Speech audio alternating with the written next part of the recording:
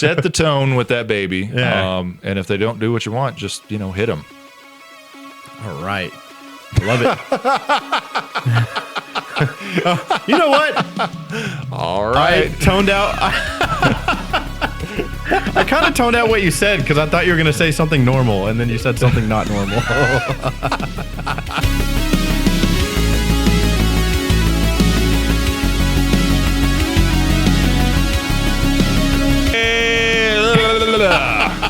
Welcome back to The Hardpoint. My name's Josh. I go by Onexpunchxdad online. My name's Cody. I go by Code Romes. And we're back, baby. We are closing out 2023. We're boarding up the windows. We're hammering nails into the doors so that people cannot walk in. We're closed. Everything must go. Yeah. New year. Troy Aikman. What? Oh, 23? 8. What? Episode 8. Oh, it's episode 8. Okay. You can't just say sports people and expect me to get it. It's our Troy Aikman episode. Last week was Michael Vick. That's going to be our extremely loose sports tie-in. Okay. I'll just name an athlete for which episode it is, and there you go. We're sports. Eventually, you're going to run out of athletes, and you're going to be calling out, whatever, some soccer forward for Manchester United or something. I'm going to be like, who is this man? Well, I won't know those. Yeah, I know. I bet maybe I should keep a tally of that from now until 100 because numbers won't go higher than that. That's we'll true. See out of the next 91 how many players I can come up with off the cuff. Is it Scouts pledge? I won't look it up. Is it wait? Oh, so you're just gonna do them all just off the dome? Not right now, like one each episode. But I know, but you're not gonna prep. Yeah. You're not gonna make a list or no. What? Okay. That wouldn't be fun. Wait, what is 91 the cap? No, 99. Oh. Is there a 99? Do you know any notable athletes who wore the jersey number 99? Donald. Who? Aaron Donald. Aaron Donald. Who's Aaron Donald? He plays for the Rams. He plays for the Rams right now. See, that's what I'm saying. When we get to D-line. episode 99, you're like, Aaron Donald. I'm going to be like, who? Dude, he's like one of the best players of all time, arguably. Look him up. St. Louis Rams, number 99, Aaron Donald. L.A. Rams, bro. Or L.A. Well, did he play? Was he L.A. Rams or was he the St. Louis Rams? He plays right now, and he's on L.A. Okay, so that makes him a Los Angeles Rams. It's weird. They didn't always have a football team. Remember growing up, Los Angeles and Las Vegas didn't have football teams, and now that is... Yeah. Well, now Los Angeles has 2. Yeah, they have Oakland. Well, no, Oakland's in San Francisco. Who else is in Los Angeles? Holy shit. This is getting tangled up. We got the Chargers and the Rams in L.A. Well, San Diego is not part of L.A. They changed to L.A. They're now the Los Angeles Chargers. What? Yeah. That's whack. So the San Diego Chargers... when did that happen? I don't know. A few years back. Because they play in the same stadium. The Rams and the Chargers. What? So they're both in L.A. They cohabit? Yep. Oh. And then the Raiders are now in Vegas. Yeah, I knew that. They're no longer in Oakland. Yeah, I knew the Raiders were in Vegas. That's weird. And the Eagles are now in New York. Wait, I'm fucking with you. Okay, I was like, hold on. Now there's. You can do that to me because I'm not a sports fan. Pretty much. So I got a direction I can take this. Okay. If we don't have anything for this intro, it's a quick story. And I was going to bring it up today no matter what. And something happened this morning regarding this story that puts a twist on this entire thing. So I'm going to tell you what I was going to bring into here anyway, minus what happened this morning. And then I'll tell you what happened this morning, okay? So I'm going to set the scene here a little bit. A few weeks ago, to my best guess, within the last couple of months, I have been hearing a noise in my bedroom that has kept me up at night. It wakes me up early on. I kind of got used to it, here recently I've gotten used to it a little bit, but it wakes me up in the morning.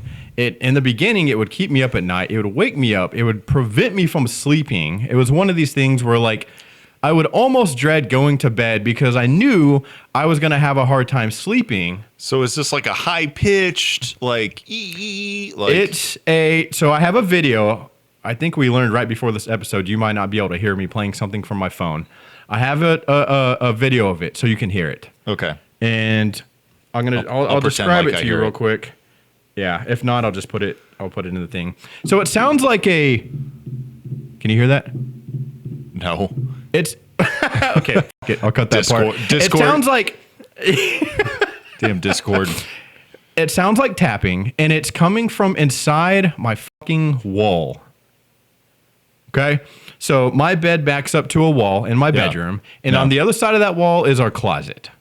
So if I'm laying in bed, I hear this tapping inside my wall. If you go around through the bathroom into the closet, you hear tapping inside the wall. Okay, tell what is the cadence of the tapping? Well, let me play my video now, and you tell me if you can hear it. I actually cut a little edit. Okay. Oh, he's got it. I'm going to play it right now. Dropping the edit. Here. Okay. Tell me if you can hear this.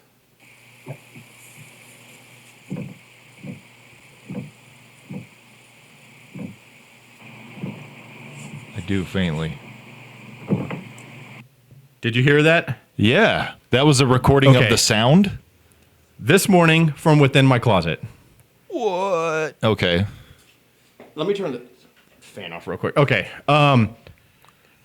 So it keeps me up at night. It happens pretty frequently, but not on like a regular, there's no rhythm to it. It's not whatever. So it's been driving me insane. I've gone in my closet. I can't find anything. I've gone outside my house. Can't find anything. My next step is to go up in the attic and fucking, go to that back corner and just see if I can hear something. Is it something on the roof? Is it something in the ventilation system? Like, what is this noise? Yeah, or a mouse in the wall or something. Exactly. Up until recently, I was the only one that heard it. And so I felt fucking crazy. Because every time I tried to show it to Taylor, it just wouldn't do it. Yeah. So then recently it finally started doing it. She heard it, so I'm not crazy. It's actually there. Okay. And if you look up anything on the internet, like tapping inside my walls, noise inside my walls, you get either like rats or parasites. Yeah. You get parasites? ventilation. So, yeah, like they'll fucking eat the wood or some shit. Oh, like termites. Yeah, maybe that's what I was looking for. Okay. Parasites. What is a parasite? Well, parasite is an organism that has to like attach itself to another organism to live, like a tapeworm or an earwig. Okay, well, not that. Yeah. I was like, not that. Termites would be the better noise, or better sound. Or the third thing is like paranormal, like ghost shit. It's not that, right? Nah, bro, come on. I know. So I was getting no help from the internet, and I'm over here like, I don't know who to call. Who do you call? I have a noise inside my wall. Ghostbusters. Who do you call? Yeah, no. I left that door wide open. So I was going crazy, okay? And my wife's sister was over like a day or two ago, and I was telling her about it, and I said, come in the closet, listen. It didn't do it, of course. Yeah. And so this morning, I was like, I took that video. I was like, I'm going to bring it to the show. And then I'm going to like post on Reddit or something, that video. I'm going to go up in the attic. Like I'm getting to the bottom of it because it's making me lose sleep. You got like a sonic microphone, like trying to like. Dude, I was about to start cutting holes in my fucking wall to like chase this noise down. It was getting very serious. So wow. Here's the twist. Okay. Ready. That's where I was going to stop. Before what happened this morning happened, I was going to bring it to the air and beg, somebody help me. What could this be? So I told my sister, she's staying with me, I'm going to go up in the attic and we're going to go over there. And she said, okay, I'll go with you. So I said, okay, I'm going to go put some long socks on because, you got the insulation and everything up there. Yeah, right. Get all itchy. I walk into my bedroom. I take one step in the door. I hear it. And I immediately look and I start scanning. And I find what it is. Am I going to be delighted or scared or disappointed? You're going to think I'm a fucking idiot, is what you're going to think. We have hanging above our bed these 3 prints on the wall. And because of the way the reflection was when I walked in, I could see that the 2 on the right side were not moving. The one that was hanging right above me was clicking back and forth like this on the wall because of the fucking fan. You didn't need to get in the attic at all, did you? Dude, I saw it and I thought, there's no way that's it. There's no way it can be that simple. Because it's louder in the closet on the other side of the wall. Like when I was on the bed, 2 feet from it, it wasn't that, it wasn't as loud as from on the other side of the wall. So I walk over, I take it off the wall, I go in the closet, I don't hear it. I walk back out, I put it back on the wall, go in the closet, I hear it. And I go back out there, I tap on it on the wall, and it's making that exact noise. Dude, I for one, have never felt like such an idiot in my life. Oh, nah. And 2, I'm glad it's not a ghost. I've never been more relieved. Yeah. Having a noise that makes you lose sleep, that you can't identify, you don't know who to ask about it, and you don't know how to get rid of it. Yeah. It does something to you, dude. Like you're going to bed, you need sleep, and there's something in the back of your head that's dreading the next 8 hours because you're going to be sitting. Like, dude, I would start sweating. I would start getting mad. Like, it was driving me mentally crazy. Wow. And it was a fucking frame on my Some wall. Edgar Allan Poe shit, man. Dude, like I said, I've never been more relieved and more like embarrassed in my entire life. Dude, don't feel embarrassed, man. So similar to that, maybe not quite the same, but my wife and I both use a sound machine when we sleep. We have for years. I cannot sleep in a room that doesn't at least have a loud air conditioner blowing. But most of the 100%. time I need like a jet engine going off. Yeah. But we for many years have had this cheap sound machine, and we would put it on. It has like several settings, right? Like babbling brook, and then like, Sure. rainstorm, ocean, and then just white noise. Well, my wife would put on the white noise, and the thing about whatever sound file, right? It's playing hours and hours and hours, right? And it's just a sound machine, right? It's not like a digital. We're not on YouTube playing like an MP3. Like, it's probably a 10-second sound file or maybe even less. Sure. But you start to hear the loops in it. Like, you hear the little nuance of that sound, and you start to hear voices and like certain like mechanical noises and stuff. And I told my, yes, and not like, I don't think it's things that like they were like, we're gonna put like a satanic message in this and just sell it at Kmart, or well, when I fuck Kmart, like Target, whatever. Yeah, Circuit City. Circuit City, R.I.P.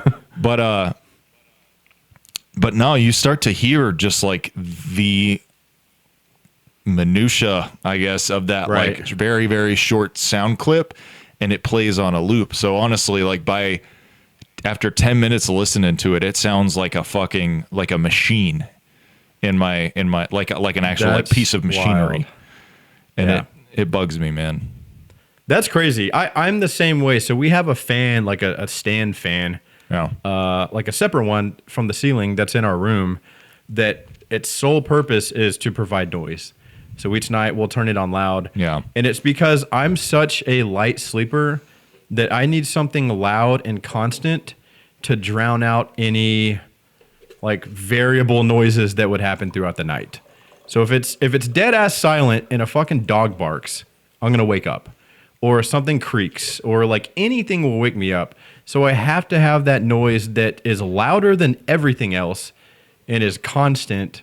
Yeah. For me to be able to sleep. So I'm right there with you. Like, are you when you go on the road? Are you a light sleeper or a extremely? Really? Okay. Extremely. I will wake up for anything. Wow. Which sucks. Yeah. And Taylor is a very heavy sleeper. It's tough to like intentionally wake her up. Right. Yeah. For me, like, she could just walk in the room and I'm awake. I don't know what it is. Wow.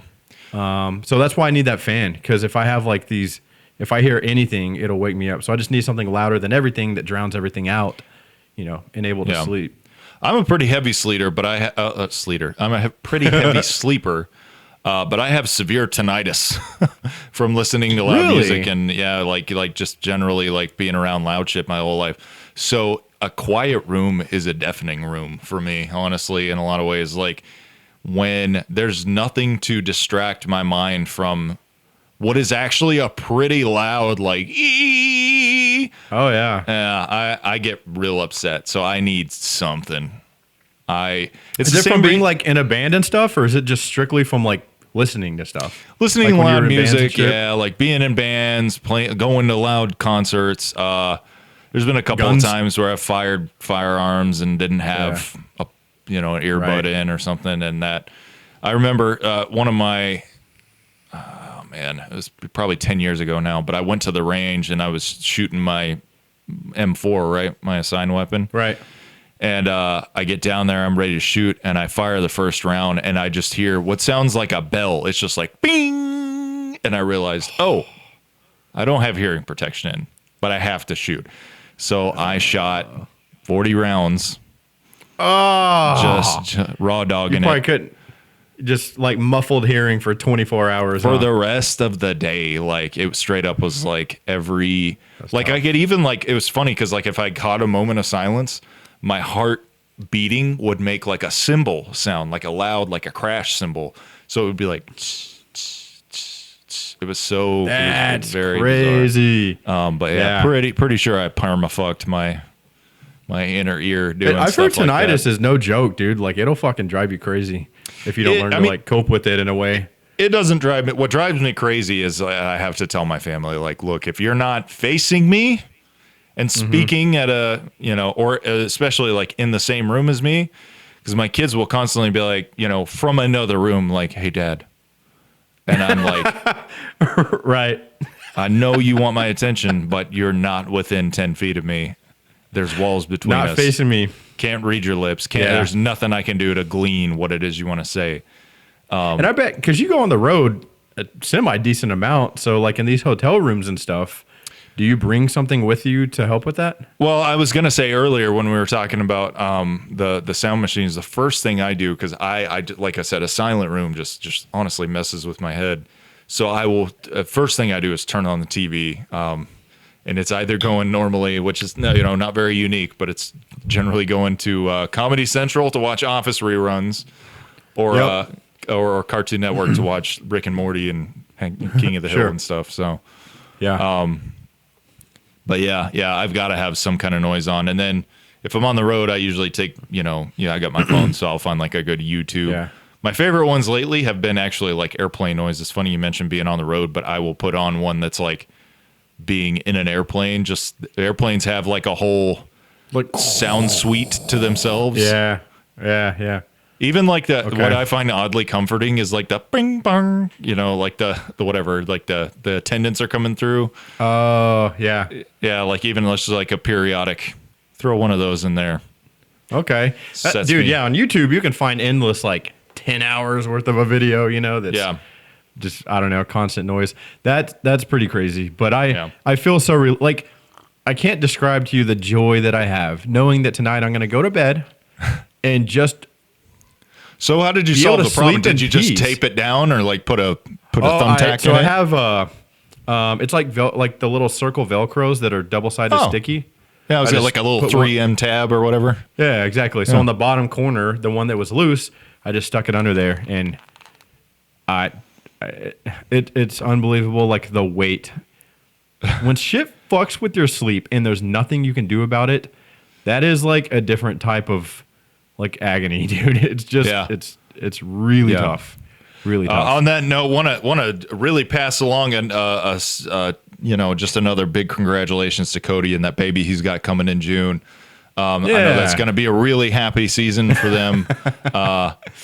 And also it's going to be pretty agonizing on your sleep. But don't worry about So I've heard. That doesn't last forever, though. That is just it. It for a little doesn't. bit. It really is like it's like the parking lot of a much bigger experience. So it ain't too bad. Surprisingly, I thought I thought I would be hearing that from people a lot more. Like, oh, you're just not going to get any sleep, And anybody that has kids that I've kind of talked to about it, like it's not the first thing they say. So clearly, it's not like It really, my girls, The thing that sticks out. I have 2 boys and 2 girls. My girls were both excellent sleepers. So, Okay. a lot of people luck out and they just never experience the whole like baby not sleeping thing. A lot of it has to do, Right. they feed off your energy in a very real way. So if you are a nervous wreck and you are not calm, the baby is not going to be calm. If you're calm and keep it chill with the baby, I think in their waking hours, they get some of that and they sleep better. So That's a good tip. That's a good tip. Just act how you want them to act. set the tone with that baby. Yeah. And if they don't do what you want, just, hit them. All right. I love it. You know what? All right. I toned out. I kind of toned out what you said because I thought you were going to say something normal, and then you said something not normal. You were ready to roll with. You were ready to roll with that advice. There you have it, folks. Hit them. Just square in the jaw. So, with 2023 coming to a close, we thought it'd be a good idea to take a look back at the year that was 2023. Kind of a big year. This felt like, I don't know, maybe we've talked about this before, but this felt like the first fully non-COVID touched year that we've had. Sure. Since all of that shit happened. This really felt like everything from like media to just like daily ins and outs of life felt like normal, but also like things have kind of changed in a weird way too. But yeah, like for the most part, people are going back to theaters to see movies. People are, movies are coming out again. Right. We did have some weird stuff with like the strikes. I think that's probably going to affect probably the Definitely next put a couple. damper in the movies at least. Yeah, I think like we were already. It's weird to think like we should have already seen Dune Part 2, but we actually we have to wait till March now, which is fine. Is that the new date? Yeah, it's coming out in March now, which is wild. But I was actually really excited. That was one of my like top movies for 2023. I wanted to see. It didn't end up coming out this year. So luckily, I got into Dune 1 kind of right, like this year actually. Yeah. Honestly, so it was good timing for me. I'd just never seen the first one, and when I did, I was pretty blown away by it. I'm really excited for the second one. Definitely, it's one of those that I think would have ended up being in my top for the year, but. Unfortunately, we gotta wait until next year for it. But all that said, a lot of good stuff came out this year. There's a lot of good stuff that came out that I didn't see or play or watch. So, I guess maybe up top we can talk about some things that came out that we missed. Like, do you got any like what are your deeply regressed or deeply regretted misses for 2023? Fuck, sorry, that's gonna be loud. Yeah. So I got 2, and it's actually both like the same character in different forms. It would be Spider-Man. So the second Spider-Verse movie that came out. Ah, okay. I'm really disappointed that I never saw that, because when I saw the first one, it was one of these, I watched it like 3 days in a row. Yeah. Like it was one of these that was so like just cool. It was a really cool movie visually. Yeah. The story, like everything about it was just like, I really enjoyed it. It's one of those rad, where you wake up like the next day and you're like, man, I want to watch that again, And Yeah, so for absolutely. me to be so hyped on that first one and just to completely miss the second one, I don't know why. So I'm kind of disappointed in that. I will get to it. It's definitely on my list. And then the game would be Spider-Man 2. Sure. Which I don't have a PS5, so I missed that, for obvious reasons. I think we're both trying to rectify that in the next year. I think we're both joining the PS5 gang in the I think next so. year. I intend to. And just like the movie, the first game I enjoyed so much that, and we talked about, I bought a console specifically to play the first one. Yeah. And I didn't do that for the second one. It's not always practical to go spend $500 just to play a single game. Sure. But I didn't do that. So the second Spider-Verse movie and Spider-Man 2 would be the 2 right off the top of the head, at least, that I feel like I missed this year. Definitely. I see that. I actually kind of, so I did see the second Spider-Verse movie. I can't tell you it's fully worth the watch. I think it's on Netflix right now, actually. So you literally break What are you links saying, you on don't this like it? episode. No, I love it. It's really good. Oh, But yeah, it's out there right now. You can just go get it. I not as bummed about missing Spider-Man. Like I said, I kind of bounced off the first Spider-Man game, so Spider-Man 2 is something that I'm interested in, but it's also something that I'm not gonna run at a dead sprint to. right. Things I missed, I didn't watch, and this is an odd one because it's not something that I feel like should feel like a big like, oh, I missed that, but I did not see Barbie. That's funny you say that, because I had me a list right here of shows, games, movies, books, just to kind of have my reference. And under movies, I put Barbie. Yeah, And really. I think it's worth. It was a good movie. I enjoyed it, but more than that, I just think like the cultural significance, the size of this movie, how popular it was, what it was, was worth at least mentioning in this. So I did go see it with my wife, and it was good. It was entertaining. It was not aimed at me, but I left there like that was a good, entertaining movie. I'm glad that I saw it. Nice. That's what I wanted it to be, but for some reason I just never really, it felt like a weird one to just go see on my own. Sure. You don't really get a group of guys together to go watch it, and my wife went and saw it with a bunch of her friends. Right. So I just never really had a good opportunity to just go watch Barbie. But now If that I it's didn't go with streaming, my I wife, absolutely would. I wouldn't have seen it. Really? I only went because she was like, let's go. And she saw it twice, actually. Oh, wow. Now that I think about it, she saw it once with friends. And then I was interested enough where she was like, I'll go see it again if you would like to see it. And so that's kind of how that happened. So I wouldn't have gone alone. And I don't know that if I missed it in the theater, if I would have sought it out, rent wise or whatever to see it. So, but it was good. Did your oldest daughter, was she not interested? That seems like something that she'd be interested in. I think, she's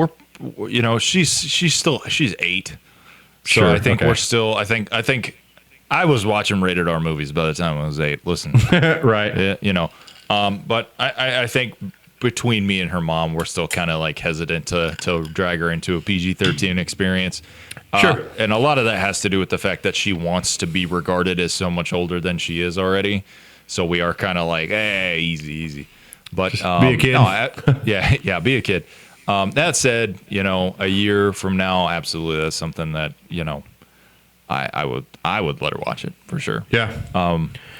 I don't know that she was super interested in seeing it in the way that like my sisters growing up would have been, but Right. I think it was pretty well known that this was not a kids Barbie experience. Like this was something for people our age in a weird way. Yeah. I would agree with that. I would agree with that. Another movie, since we're kind of on the movie topic, like you said, not a big year for movies, honestly. I sat here and tried to rack my brain before this, getting a list. I even typed in like top movies of this year just to jog my memory, see if there were any that I saw. Not a lot for me. I did see one on Christmas. We talked about last episode that we've been doing that. And we went and saw Iron Claw. Sure. Which is the movie about the Von Erichs wrestling family or whatever. And I had never really even heard of them. I had no idea what it was about. I watched one trailer. I went in blind. And it's an incredibly interesting story because it's based on a true story. Right. It's a really good movie. None of us were prepared for how sad that story is. Are you aware of the Von Erichs and what happened and all that? I know kind of the cliff notes, and I do know it is essentially just like a story about like loss among brothers. Essentially, like they all, in one way or another, like die or experience some pretty terrible shit. There were like 4 or 5 brothers. They left one out of the movie because he was young. But they all either die or commit suicide throughout the movie. And at the end, it's Zac Efron, the brother that he played. He's the one that, that did not happen to. And it's just, this dad, you got the dad of that generation who's an asshole. He's so hard on his kids. He kind of pits the brothers against each other.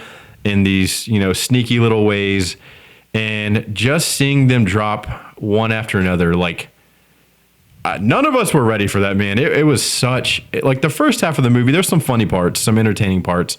Sure. But by the end of it, it is so heavy that, I mean, it's just tough to feel good walking out of it, Very interesting. It would be good. We were not prepared for it at all. Yeah. So good movie. Just, maybe know what you're getting into. Yeah, absolutely. Yeah. That's one of those topics. Like I mentioned it to my dad because I watched wrestling growing up. I was big in like WCW and like Goldberg and NWO and the Wolfpack and all that shit. But I still like that. I mean, that you talk about like a bygone era, and he was like, oh yeah, like he knew. Like he was like, yeah, the Von Erichs were wrestling for a while. Yeah, dude. Like Ric Flair's in this movie, and apparently like at his height, like dude, they fought Ric Flair. Like wait, is it actual Ric Flair or like an actor playing Ric Flair? An actor playing Ric Flair. Really? That's kind of interesting. I would love to see someone's like Ric Flair impersonation in a movie. There's like an interview, it's not really any spoiling. Like he plays not a super significant role, but he's got some time in there. And he's one of their bigger fights, like one of the world championship fights or something like it was a big fight. And they show him like interviewing and doing, his whole Ric Flair routine, and they show the fight and like him in the locker room afterwards. Like he has definitely some screen time. And I didn't realize, that's what made me realize, okay, the Von Erichs were pretty big, because I've heard of Ric Flair. Yeah. And, for them to kind of be right there. Yeah. So, yeah, it was good. Wrestling at that time was a huge deal, evidently. I'm going to add that one to my list. I think, I only saw, it's because it sounds like you were a much more diligent film goer this year than I was. I only saw 2 films in theaters. The first one we talked about on episode 1, actually, which was Oppenheimer. And I still, to this day, I want to say that it's a film that I will concede is good from a filmmaking standpoint. Right. I have not had the desire one day since I saw it to watch it again. The other movie was the Mario Brothers movie, and I actually really enjoyed watching that on a. Okay. I mean, I have 4 kids, so sure, Mario is just a part of our household here, but that one's a fun one to rewatch. Actually, in a weird. It was short too. It's a quick banger. Yeah. It was like an hour and a half, which by today's standards, that feels like watching a show and a half. Like it goes by really fast. It really does, man. Like for a story to move that fast, even is kind of like whoa. But luckily, it's Mario, so you're like, oh, I know why there's turtles. You know what I mean? Yeah. No, I forgot about that one. That was a really good one. We enjoyed that one quite a bit. It's fun. Well, okay, so Oppenheimer and Mario. As far as shows, I got more on shows than movies. Okay. And my show of the year, and I don't think you even watched this, The Last of Us. I did not. And I want to say, like, it wasn't like an active avoidance thing. And I have actually seen an episode from the show. Okay. I don't want to say which one, because again, I think I will say that I was impressed enough by the episode to say the show can be good without me having to watch it and validate that. Right. But yeah, I think like if you say this show is good, I would not fight you on it. It stands above anything else I watched this year, and I never played the game, so I watched the show not knowing how the story, really even what it was about. Definitely not how it unfolded or how it ended or anything like that. And that show was, I don't know, it had such an impact. Like it was heavy, it was heartfelt, it was surprising. Like, I don't know what somebody's experience would be who had played the game and knew what was happening, but they're just, seeing it through a different lens. Right. I think I had the unique experience of like, I don't know where this is going. This is leading me down that path.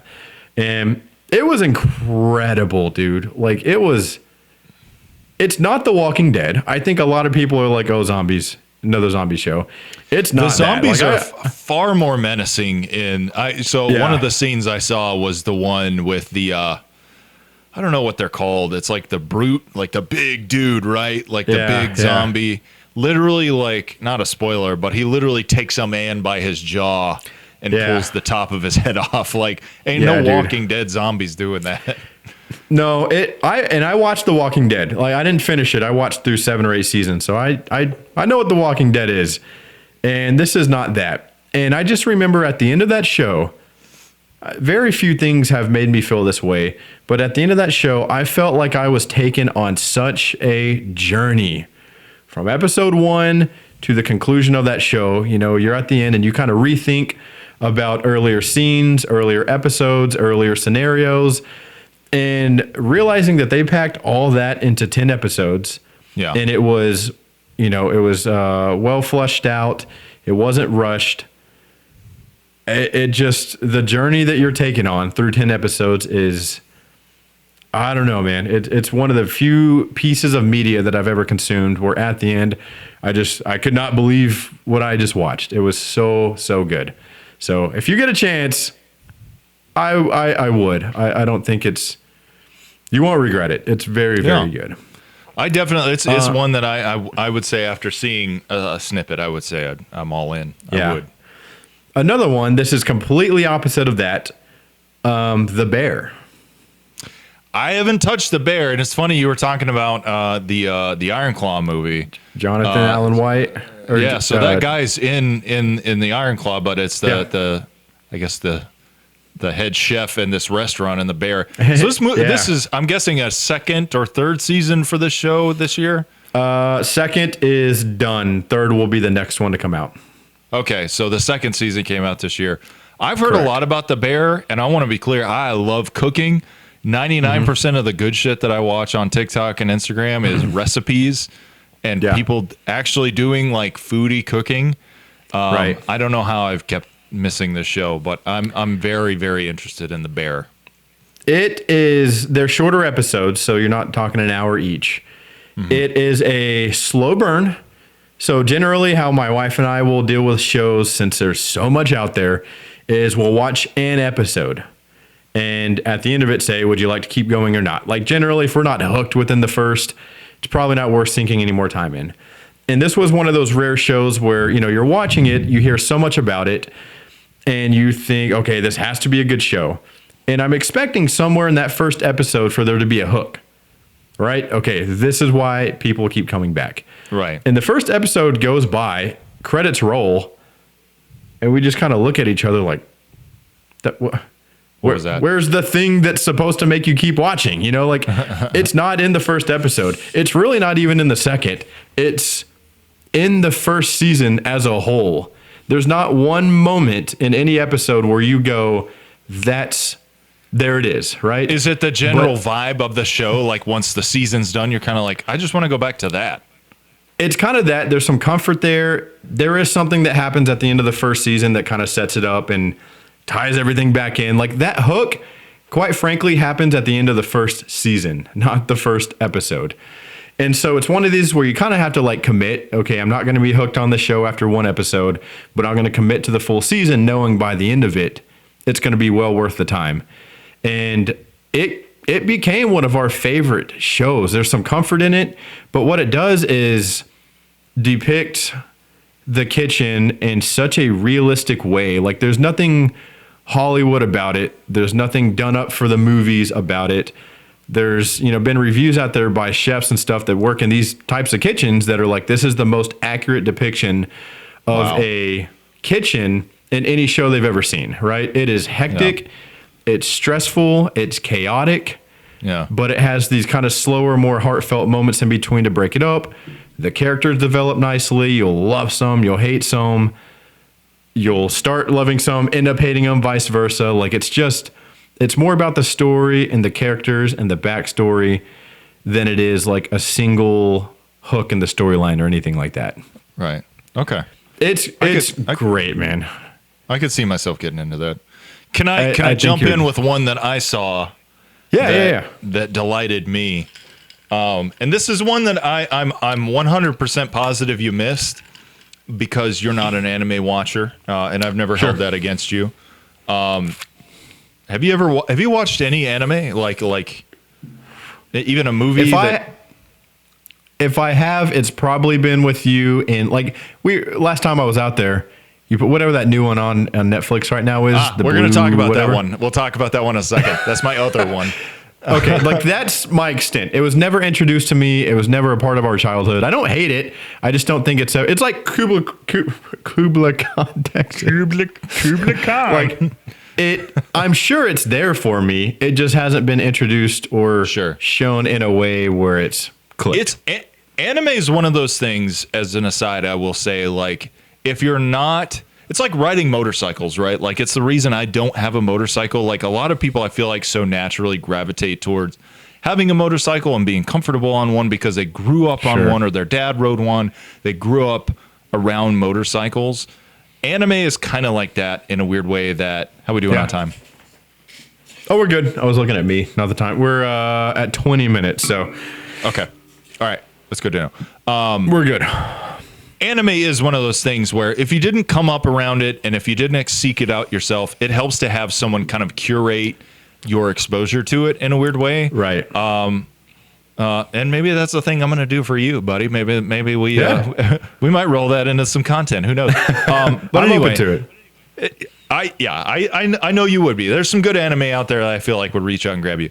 But One Piece on Netflix came out this year, and I don't know if you saw the trailers for it. I don't know like what frame of reference you even have for this. Are you familiar at all with One Piece? No, like not. I don't even know that. If I tell you the anime One Piece, that means literally nothing to me. So, okay, this is interesting because One Piece is one of the most successful anime manga series of all time, like on par with Dragon Ball Z. But in this weird way, I think because it wasn't initially a part of like Cartoon Network's initial push with American youth audiences like Dragon Ball Z and Gundam Wing and all that stuff. They used to be on like after school. Yeah, it wasn't a part of that. So I think it is still kind of under the rug for a lot of people. But One Piece had a live action series come out on Netflix this year.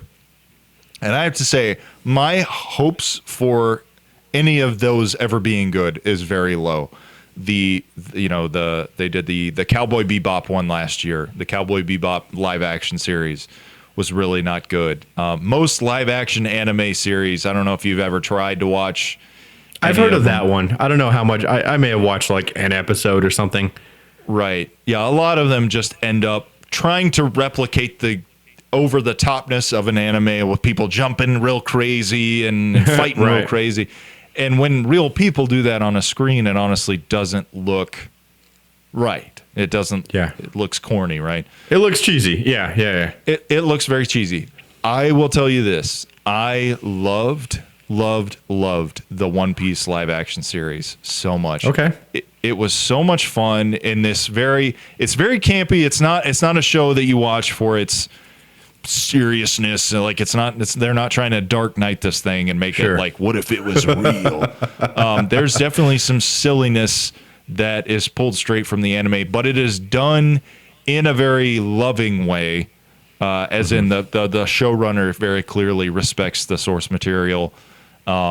And the actors who are playing these very over-the-top characters did such a good job of doing that without making it corny in a way. So I really loved, and I'm glad you missed it because it's one I'm giving you a hard recommend right now.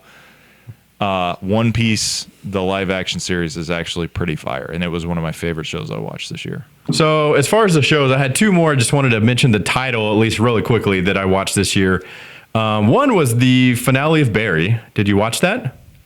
I did. Oh my God. I think you keyed me in when Barry season 1 came out. Barry season 1 came out smack in the middle of COVID. Mm-hmm. Why is this show so good?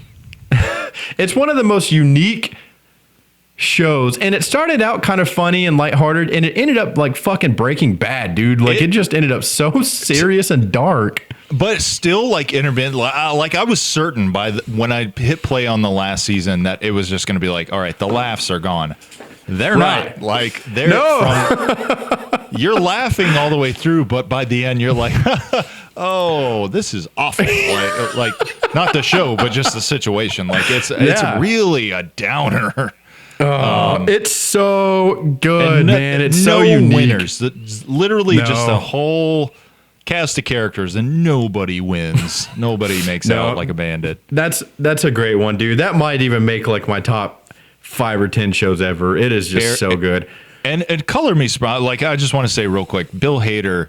There's nothing this man can't do. When you tell me like Bill Hader is playing a serious hitman, and the way he just like plays a terrifying individual, is good. Like his range, he can play the cop in Superbad or a fucking super serious assassin in Barry. Like, it's crazy. Yeah, exactly. Or the dude from Cloudy with a Chance of Meatballs, right? Yeah. Like he's got great range. But yeah, Barry quality programming right Barry's there. great. And then the last one, it was a one on Netflix called Beef. I didn't watch Beef. Okay, Beef's good. It's kind of just like a 8 episode banger. Like, it's one of these shows where each episode ends where you like have to click the next episode. It pulls you through that season effortlessly, and it is good. By the end of it, you're like, I'm glad I watched that. Like, that was just a really, really good show. So that, I don't know if your wife would be interested. She'd probably know after the first episode if it's a yay or a nay for her, but it's worth your time. That was my shows, though. That was go ahead. No. It's a good gamut, I think. The only other things that I really experienced throughout this year were my wife's a big Star Wars nut. I will say we watched Mandalorian season 3. Found it okay. It was fun enough. I fell off of that, man. 1 and 2 were great. 3 just did not grab me. Yeah, there is a sense that these Disney shows are, I think they are kind of phoning it in on some kind of formula that they think is just going to keep hitting. Right. And it's not hitting for me in the way that I think it is for a lot of people. We watched that. Andor, which I actually don't know if Andor was a 2022 or 23. Man. Andor was really fucking good. And I'm actually Googling right now to see if that was 22 or 23. But Andor is one of my favorite pieces of Star Wars anything. Yeah. It was honestly great. That season, like, it had 2 acts almost. Like, there was almost like a finale halfway through the season. And when he goes to the prison... Act. So it was 2020. It was a 2022 release. I did look it up. Okay. So it doesn't really count for our awards shows or whatever. The pointies, we'll call them. But man, Andor just kicked ass. We watched it this year, so I guess I'll get an honorable mention. The only other one we watched was Ahsoka, and it had good parts, but by the end of it, it's another thing of like, I could have not watched that and been the same person. Was that the Jedi one? That's the one with Rosario Dawson, and she's the character from the cartoons who has the double fist and the lightsabers or whatever. I didn't watch it either. Between that, I will say I didn't touch, with the exception of the Spider-Verse, the second Spider-Verse movie. Sure. I didn't touch Marvel this year. It was the first year that I didn't touch anything that Marvel what even made. came. I don't even know what came out. Like the Marvels, the Brie Larson with that, which I don't, you know, the fact that you're asking me like speaks to how unimportant this year was. The other, I don't know if Ant-Man and the Quantumania came out, I think earlier this year. Not interested in that at all.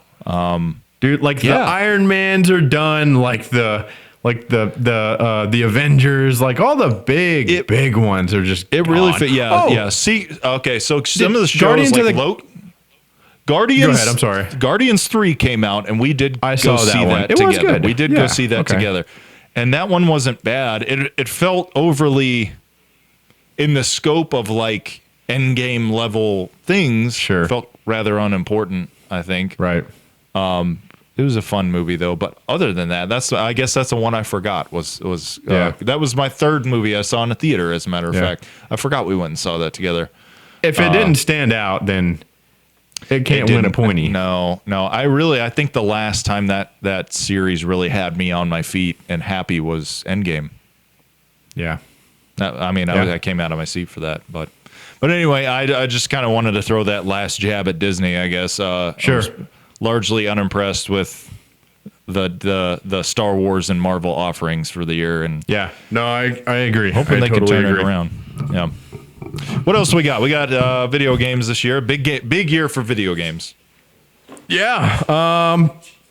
Gotta be honest. I think I missed most of them. I was trying to think of what I even played, and I had fucking Red Dead and Cyberpunk, neither of which came out this year. So I think for me, I think I did more video game playing. You did more of the show watching. You're a lot. I'm a lot more deficient on shows, but for games, I want to say a standout, and again another one that you probably don't typically go for, but The Legend of Zelda: Tears of the Kingdom was phenomenal. Okay. I know you're not a Switch owner, Switch player, but I will tell you that if you ever do get your hands on a Switch, if you ever find yourself in a situation where you're traveling for work on a regular basis, that is a game that will eat your life if you're not careful. But it is so much fun. There's so much you can do, and so many things that have such meaning throughout that world. But yeah, Tears of the Kingdom was absolutely one of the best video game playing experiences that I've had in a long time. That's a really fun game for the Switch. We played Starfield together. Starfield came out. Yep. I feel like it's almost a running joke that we're kind of hard on Starfield. I do want to say it had its moment. It did have its moment. It had didn't its last moments. very long.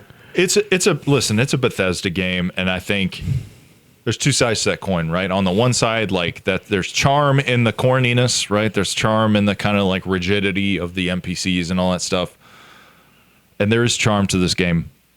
The other side of that coin is, if this is any indication of what Elder Scrolls 6 looks like, then I'm not really amped for that game, because Starfield very much felt like, we've said it 100 times, feels like a game that came out in 2016. Yeah. Man, surely, like, do you think that that's like the same engine, like the base for what Elder Scrolls 6 is going to look like? Fucking A, I hope not, man, because this really, just like I said, it doesn't feel like a game that came out this year. Like, even when you look at, like, we both picked up Cyberpunk recently and are loving it in this way that's like, this game bounced back from one of the most horrendous launches of all time, and it feels modern now. Yeah. How are you rolling out a brand new game and it feels like an Xbox 360 experience? Right. Yeah. Yeah. That it burned bright and it burned out really fast. It very quick. Like, there for a moment, I remember, like, I called you one day. It was later in the evening. I was like, "This is dope. What have you been up to today?" Yeah. What have you been up to today? And you're like, "Playing Starfield." Like, there was a moment when we were like, "Dude, we're fucking hooked. It's awesome." You know, it's not perfect, but it's fun. And fast forward maybe 5 days, and we were like, "You want to play Call of Duty? You want to play the same maps we've been running for the last year?" I feel like as Call of Duty players, we do need to maybe touch on Modern Warfare 3, which has really gotten ransacked as far as being a shitty campaign. We haven't played a lot. We really, we jumped on Cyberpunk. We've been trying to kind of branch out a little bit and kind of clear up the ankle biters for the year. I found the multiplayer for Modern Warfare 3 to be enjoyable. It was enjoyable going back to Terminal. It was enjoyable going back to Estate, some of those old maps. Really punchy online, just audio. I enjoyed it. It's just not, I don't know, maybe I'm kind of not in the Call of Duty phase, and that's why I'm not enjoying it. But I honestly, I don't want to shit all over that one. I never bought it, and it's the first Call of Duty that I haven't bought that wasn't for reasons like it's bad World reviews. War II, I'm not interested, or something like that. Like, it was one that came out that, on paper checks all the boxes for me. Sure. That I just, like, never bought, and maybe it's because, I don't know, I've been busier this year. I've actually had other games to play. Generally, my main driver for purchasing Call of Duty is so we can play it together. And like you said, we've been kind of playing other games, and I don't play a lot of like Call of Duty multiplayer by myself. And so maybe just because, we haven't been wanting to play it together or had that many opportunities, it just never drove me to buy it. And there's something, and I've mentioned this, there's something, and it may just be the principle of like charging me full price for a game that is basically recycled maps. The price, from everything I've heard, completely disproportionate to what you got. It should have been a $30 game. Yeah, exactly. Because we ain't touching that. The campaign is dog shit. I've watched YouTube videos. I've watched people play it and tell me, everything I need to know that the campaign. And we talked about, the whole, Rockstar talking about their pay as you play type of thing or whatever. But let me opt out of buying campaigns. I haven't played a Call of Duty campaign and I don't know fucking how long. Give me Warzone, give me multiplayer, and let me move on with my fucking life. Yeah, charging me $60 or $70 for a game that you're only going to play half of it, and then the half that you are going to play is it's recycled. It's not even new. Exactly. And I don't think I ever got over that. Yeah. I can never bring myself to like fucking pay for it. I don't know. I played it at your house. It was great. I had a lot of fun. There's something nostalgic about those maps. It feels as good as ever. It is objectively fun. Yet, you know what? I kind of teed this up like I was going to throw him a bone, but yeah, fuck that game. Actually, as I'm thinking about it, yeah, no, they kind of fucking did us dirty. Yeah. I just hope that fuck we actually. I didn't mean to like totally dunk on it like that, but one thing we have not talked about at all that has to do with Call of Duty is you sent me whoever that studio that's taking over the next game. You remember you sent me that screenshot that was like it's been in works for like 3 years or something. I do, but I'm shitting the bed right now. They're like, are they actually going to make a banger? Like instead of working on it for 12, like a Persian Gulf War or something, or maybe I'm thinking, what am I thinking? It's going to be some weird conflict that has not really been represented in a game yet. Certainly not on the Call of Duty level. Well, what stood out to me about it was the time that they had worked on it. Like the whole point of the article or the title or whatever was this game's been in development for like 3 years, not 12 months, like most of them are. Yeah. And here it is. I got it. Call of Duty 2024 will be titled Call of Duty Black Ops Gulf War. There we go. This will be the first game in the series with 4 years of development. Is Treyarch making a banger? Okay. And Call of Duty to have 4 years of development is just not a thing. So let me say this. A lot of people were lukewarm on Cold War Black Ops. Yeah. Let me say, we ran that game ragged. I think I don't think I've ever had so many gold guns in a Call of Duty as a casual player. Mm-hmm. Again, like just the ability to everything from like Nuketown to the actual multiplayer maps. That was a fun Call. I didn't play the campaign. Again, I didn't play the fucking campaign. I don't think you didn't play the campaign. If I did, it's not standing out to me. Yeah, I don't remember anything about it. We just predominantly played the multiplayer. Right. That was probably the last time a Call of Duty made me very, very excited to play it. Like that was a banger of a Call of Duty. Yeah. And it had every bit of the Treyarch Call of Duty going back to World at War, OG Black Ops. There's so many good OG Black Ops callbacks in Cold War that don't feel cheesy or just like, hey, we'll just bring it back and charge them money for it. Right. There's so much of that original Black Ops feel in this game. So if they're going to do a late 80s, early 90s era Black Ops, I think that's rad. Well, and that was right on the heels of, what was it, Modern Warfare 1 or 2? Which one was it? Modern Warfare 1 2019 or whatever. Which that's the one that like reignited our like we kind of rebonded over Call of Duty, like our relationship. Like we did. Not that it was.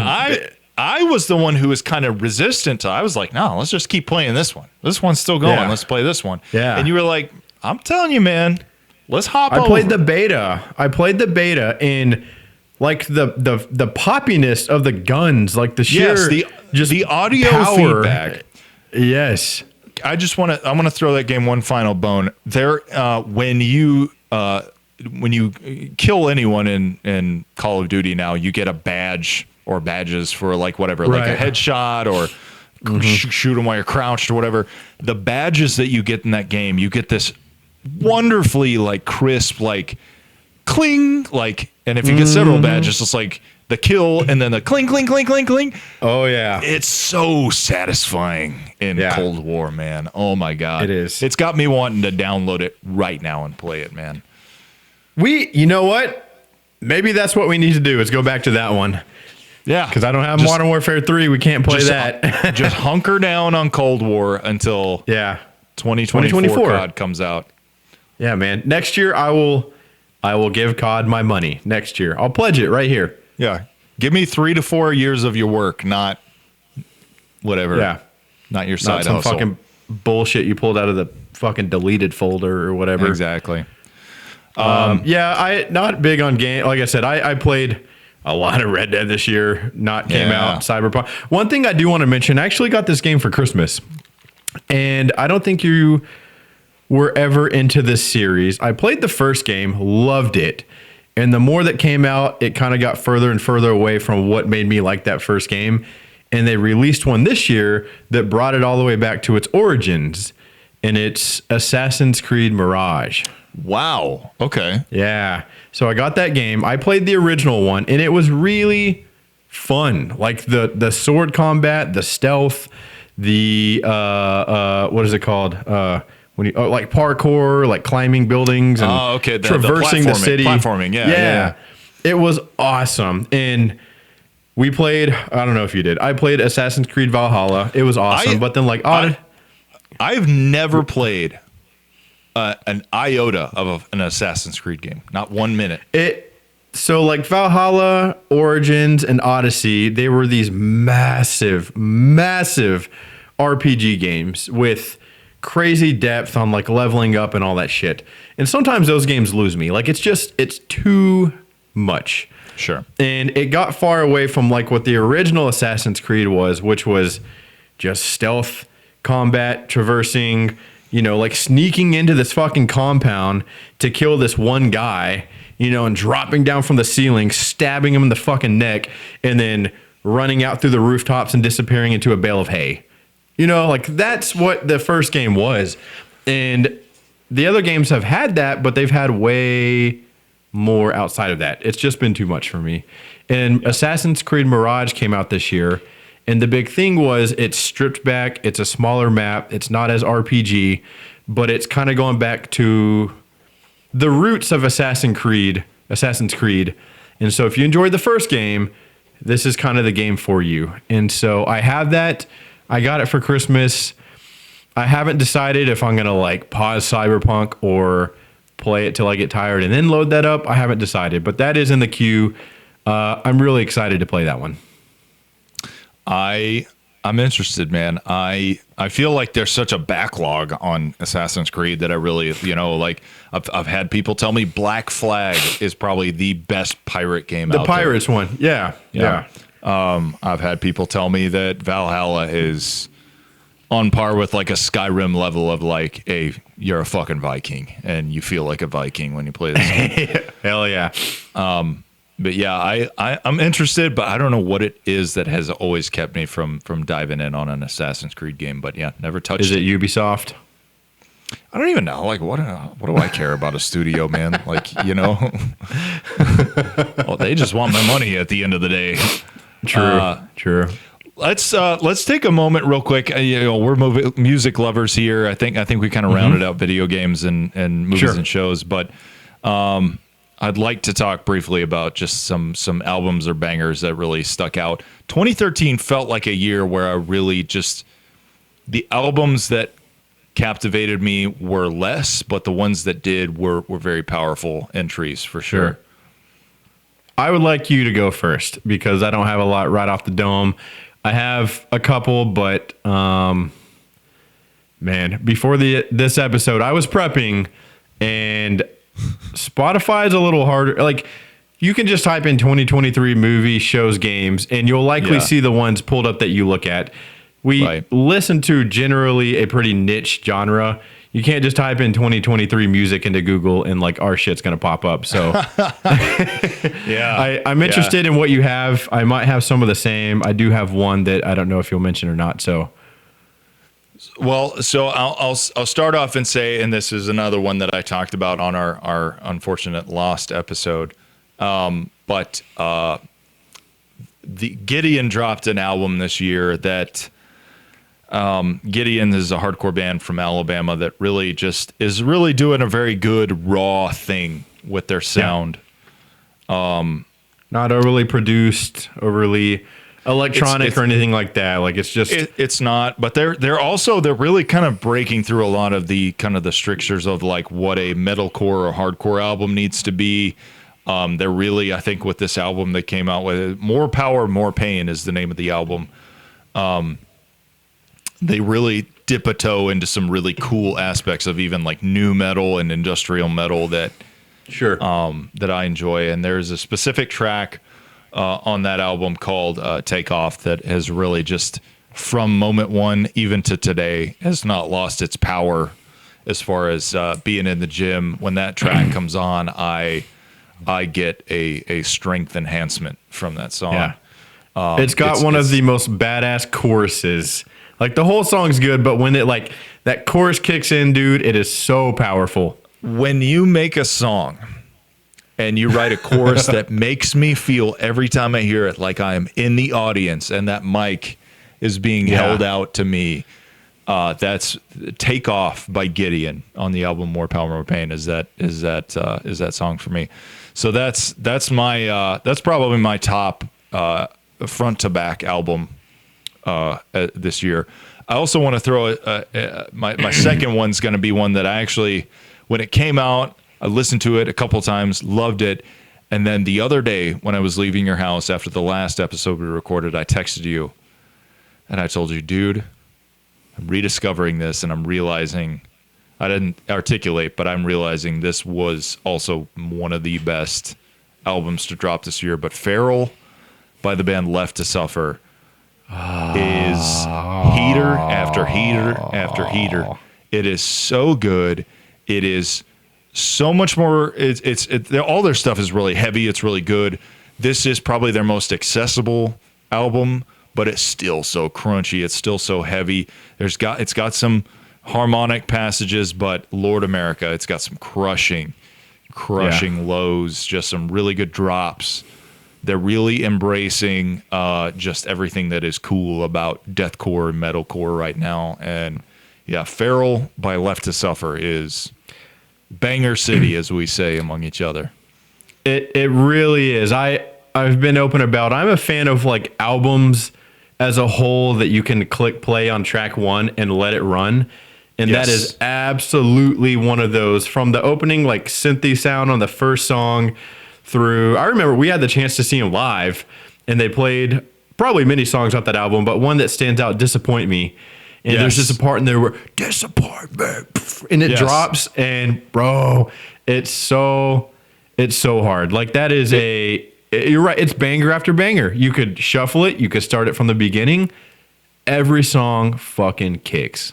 It really does. And some of the nicest dudes, Pete, who's their guitar player, just such a darling. Man, just talking to him, I mean, they really put up everything they had to make this album great. And then Tyler, obviously, their vocalist, really, I mean, just no one sounds like him. I mean, no.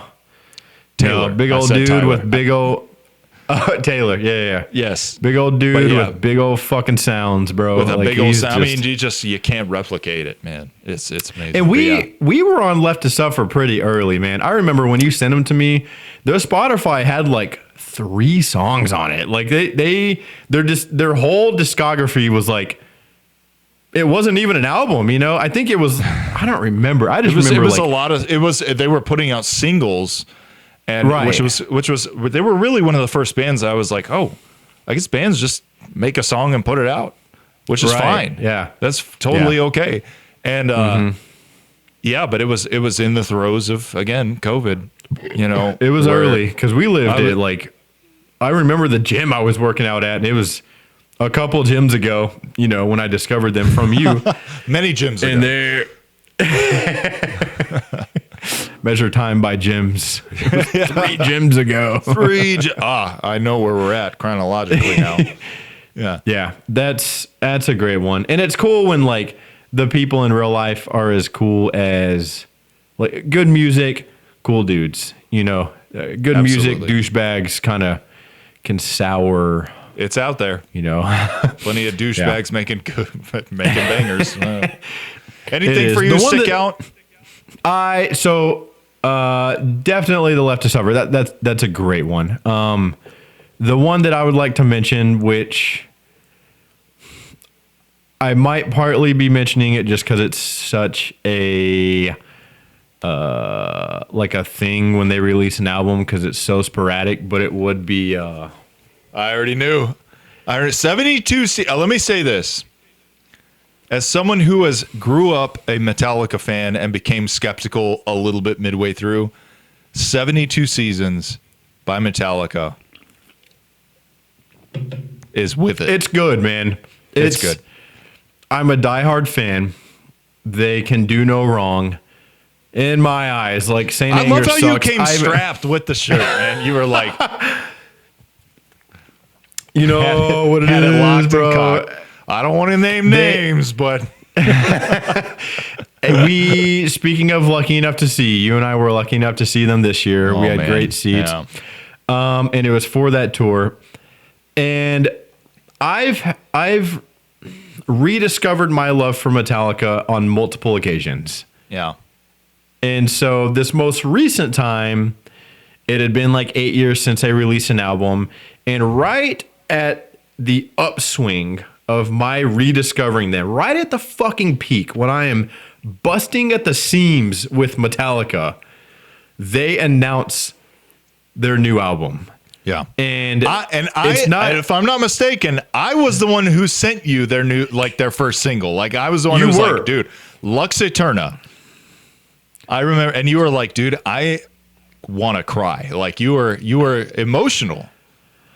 That's what I'm saying, dude. My rediscover for them was peaking. And I remember where I was. I was in Kia of Frisco with my wife's car, and I dropped it off there so they could work on it. I took all my work shit there. It's good energy at Kia Frisco right there. Yeah. So I could work, and you sent me that, and it was Lux Eterna that they dropped as their single to announce it. I ran it over and over. That album announcement in the concert could not have been more time. Like I couldn't have been peaking more on Metallica for that to come out. And 72 Seasons, it's great. They didn't reinvent anything. No. They weren't trying to. They're all 60 fucking years old. They're not reinventing music or their image. They're just taking what they did with Hardwired and expanding on it. It's awesome. There are some memorable tracks on there, some memorable riffs. It is I think because of that, it's what makes it great. Like, these are dudes who are our dad's age, legitimately our dad's age. Like, still telling really good stories. Mm-hmm. James Hetfield is so intent on telling a good story. Yeah, with his songs and just explaining his journey. In 72 seasons, like a lot of people don't know this, it's meant to mean being 18. It's meant to be a teenager. 72 seasons, right? 18 years. 18 years, like growth. Like he's 61 and he's hearkening back to this era, which is such a turbulent time for any man or woman. I want to tell you, if you're a Metallica skeptic, 72 Seasons is a great album. And I will throw on top of that, very grateful that Cody purchased 2 nights worth of tickets and took me on one of those nights. I had never seen Metallica before, and I had a milestone moment watching Metallica play not just great songs from this album, but Wherever I May Roam, Whiskey in the Jarro, which they dude, No Leaf Clover. Yeah! No Leaf Clover. They played a song that they almost have never there's a very limited live performances of the song. And they played one of my favorite. I love No Leaf Clover. And when seeing that live was the song, we looked at each other. It was the song that I didn't know I needed that night. Yes. You know, like it started and we looked at each other and like two little fucking kids just lit up and went crazy. Like they started they came out and they started off with a song that I'm actually less familiar with, which I believe was Whiplash. I think they played Whiplash. Yeah. And that was one I was kind of like, man, I wonder if I'm going to like not quite vibe, because there are some Metallica songs that I just don't know as well. And they rolled right into For Whom the Bell Tolls. And as soon as Lars starts doing the count in, not even the beat, just the count in, I was like, this is For Whom the Bell Tolls. So anyway, I've kind of usurped this and made it my thing, but absolutely, I concur 100%. 72 Seasons is an album release from this year that matters. It was great, man. It was so timely in my life. Like I said, I was peaking on like my third rediscover of falling in love with Metallica, and it just couldn't have been timed any better. And that concert was great. I mean, it was unbelievable. And for them not to just put out a pile of shit at 60 years old was such a treat. Yeah. You know, and just as worth listening to. As a caveat to that, Hardwired, which is the album that they put out 8 years ago now, 2014. Yeah. It's good too. Yeah, it's really good too. Like they didn't necessarily like break through anything. No. They still have historically been putting out good albums. So, but hell yeah, Metallica. Yeah. We typically do a more robust write-in segment. We ran kind of long tonight, reflecting on 2023, which is fine. We're gonna do one quick write-in that Cody's got teed up. I will say, we have established our Discord. We'll link to that in the description for the episode if you're watching on YouTube. But yeah, jump in there. We've got a channel specifically for write-ins, and we'd love for you to send us your questions or your comments. And you never know, if it's salient, poignant enough, we'll read it on the show. But Cody, take it away.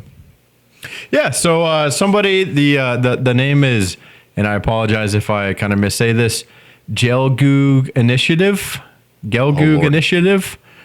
Yeah, sorry, man. If I'm saying that wrong, I apologize. I'm trying to shout you out. He left a comment on episode 6 that said, hey, just want y'all to know y'all are killing it. This is becoming my new favorite podcast. Very much appreciated. I've got 2 questions for you. As longtime gamers, what's your opinion on E3 being canceled for good? And kind of on theme with the last segment, as Metallica fans, what's your opinion on the song Fuel? And I really appreciated that comment. Any praise we love. Episode 7 had already been filmed at that point, and I told him I will answer that question on episode 8 during our ride-in. So here we are. What are your thoughts on E3 being canceled for good, Josh? As promised. So I will give my E3 thoughts, and then I'm going to bounce it to you for your Fuel thoughts, being the chief Metallica consigliere for the show. I will say, as someone who has loved gaming lifelong, avid fan of everything video game, from just the ins and outs and how they're made, to, and this is all the way back to, I mean, we're talking the PlayStation era, early PC game era. I've been interested in that. I love games journalism. One of my favorite podcasts is the Giant Bomb. The Giant Bomb Cast, which is a great, I would say, entry level. It's entry level, but they go pretty deep on games journalism there, to the point that you're going to understand the industry after about 10 episodes. Sure. And as someone who was an avid reader of video game publications growing up, a lot of people probably don't remember things like EGM, Electronic Gaming Monthly, and Game Informer, and all these magazines, literal printed tabloids that would come out, and that's where you got your game reviews. That's where you got your gaming news, and I loved all that. And every year there would be full page spreads devoted to the anticipation or the reflection of E3. So to round all this up, I will say that is something that I always wanted to go to and to be a part of and to experience. For a long time, it was an industry only thing, meaning you could only go if you were a union games journalist or a developer of a game, a member of a studio. They opened it to the public for the last few years, and then things being what they were with cost and probably COVID having something to do with that, E3's canceled. It's not just canceled, it's dead in the water. So it's sad. It's sad. I have never been a con guy. I've never gone to like Comic-Con. I've been to a couple conventions. I've always thought it might be fun, but there is something about what it felt like it would feel, what I thought going to E3 would feel like, that I know now I'm never going to experience that. So it is, in a way, it's sad, but I know the landscape has changed in a way that it probably doesn't sustain something like an E3. You could say like, well, there's the Game Awards and all that stuff, but I don't know if that's the same. I'm not going to the Game Awards. Not the same. Not the same. So for me, it's sad, but it's another reminder that I'm not old. I'm not an old guy. I don't feel old, but the things I like are getting old, and maybe they don't age so well. And E3 is one of those things. So it is sad. I just hope that there is something like that for my kids who are also gamers, lovers of games, that they can go and be among gamers and be, if they want to go and be in a place where they feel like games are king and that they can kind of walk in the worlds that we imagine we're walking through when we play a game. Sure. So, there you go. E3. Very sad. It is sad. It definitely is. I don't have more. I think you put it very well. Definitely sucks that happened. Yeah. Fuel, though. Well, we need an interstitial because that was... there it is. My favorite word that Cody ever has used in his life is interstitial. I love that. I never even heard that word. Where did you hear interstitial? On the ticket. I love that word, man. Interstitial. Interstitial. What? Yeah, man. Fuel is not a bad Metallica song, but it's not my favorite. Please talk about it. I will talk about Fuel right now. Fuel has so much energy to it. It is not my favorite song. In fact, it's on my second least album of Metallica's entire career. Yeah. But Fuel is pretty fucking awesome. Now, if you dissect it a little too hard, it can be cheesy. It's about like cars and fucking engines and Hot shit. rods, Gasoline. Yeah, like it came in an era of James's life where he was like embodying those fucking wraparound sunglasses. Went full Ed Hardy and wrote Fuel, dude. Like the plaid shorts and the fucking like I don't know, like just on a chopper, like full like chin beard. It came at a time where he was that. But Fuel is fucking awesome. It really is. I like it quite a bit. It has like Break Stuff by Limp Bizkit / Ba Wata Ba by Kid Rock appeal. Like, it's one of those songs that you're kind of like, it's douchey. But the part where it's like, ooh, when it burns, fuel is pumping engines. That part it's cool, man. And they played it at the show we went to. And fucking pyro, dude. Pyro during Fuel. You can't have Fuel without pyro. And when he's like, give me fuel, give me fire, give me that which I desire. So yeah, the driving riff is really good. I love the kind of interstitial riff, if you will, the where they're just kind of just like, ooh, yeah. Dude, it's got energy. I like it. I'm a lover of like every season of Metallica. I don't like Saint Anger, but I even respect what the fuck that album is. So you're not really going to find me hating on anything. But Fuel, it's good. It's a good song. I like it. I appreciate it. I enjoy it. And I don't know. If you need a little bit of cheesy and you don't like Fuel, then maybe there's something wrong with you, man. Like if you appreciate automobiles, then Fuel's got to be in there. Fuel, 2 thumbs up. 2 thumbs up, I would say. Thanks, Joe Goog Initiative. I really appreciate the put your horns up. I really appreciate the comment, and as promised, we wanted to answer your question. You got read, my friend. Your question. Hey, let's get the fuck out of here. Let's wrap it up, B. Hey, I just want to say thank you guys. This episode ran kind of long. We definitely this is a big year. Like probably one of the biggest, things between me and Cody here is that we started a fucking podcast. And we are having a blast doing this. I actually had a friend ask me how it's going the other night, and I said, dude, I was so nervous about starting a podcast and doing it, and I have to say it is going swimmingly. I'm so delighted to do this each week. For everyone who's a regular listener, I just want to say thank you so much for coming in and coming in with questions, even if all you've ever done is jump in the comments and encourage us and put some wind in our sails. That you cannot know how huge that is for us. And for sure. Hey, if you're a new listener, just know we got big plans and dreams for 2024. This really, I was thinking while we were cutting this episode, this just started. Like it legitimately feels new and fresh.